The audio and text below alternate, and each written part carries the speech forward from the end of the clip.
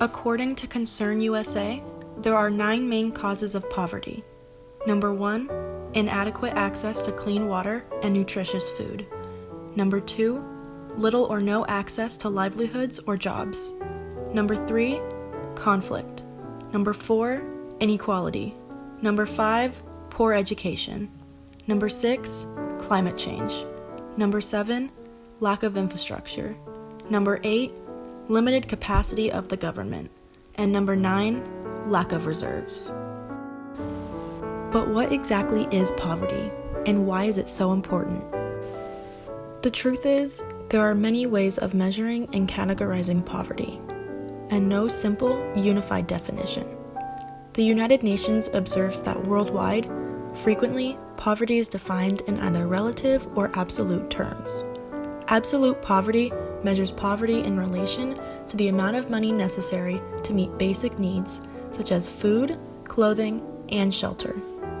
Relative poverty defines poverty in relation to the economic status of other members of the society.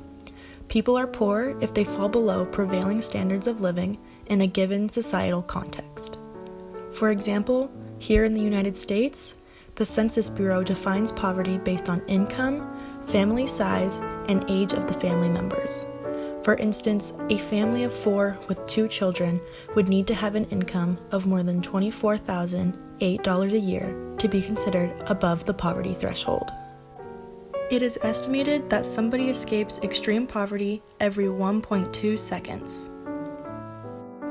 According to the World Bank, anyone on less than $1.90 per day is living in extreme poverty, unable to afford basic food, clothing, healthcare, and shelter. Living in poverty means a life of struggle and deprivation. Poverty is the number 1 cause of child labor due to the cycle of poverty. Children living in poverty often lack access to a quality education. Sometimes it's because there are not enough quality schools, their parents cannot afford school fees, or because impoverished families need their children to work. Without a quality education, children grow up being unable to provide for their own children. Thus, the generational cycle of poverty begins. Living in poverty also means not being able to afford a doctor or medical treatment. It means no electricity, limited shelter, and often little to no food on the table. For young children, improper nutrition can mean stunting and can permanently impact their development. In impoverished countries where many people lack access to clean water and sanitation, poverty means the spread of preventable diseases and the unnecessary death of children. The root causes of poverty are not only the lack of access to basic necessities of life, like water, food, shelter, education, or healthcare. Poverty is also caused by inequalities including gender or ethnic discrimination, poor governance, conflict, exploitation, and domestic violence.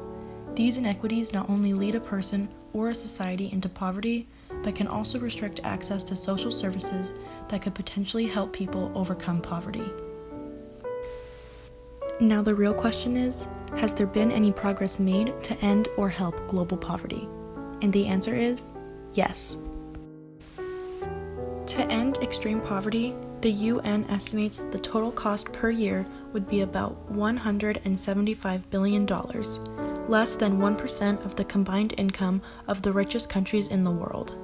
Since 1990, more than 1 billion people have been lifted out of extreme poverty, and child mortality rates have dropped by more than half.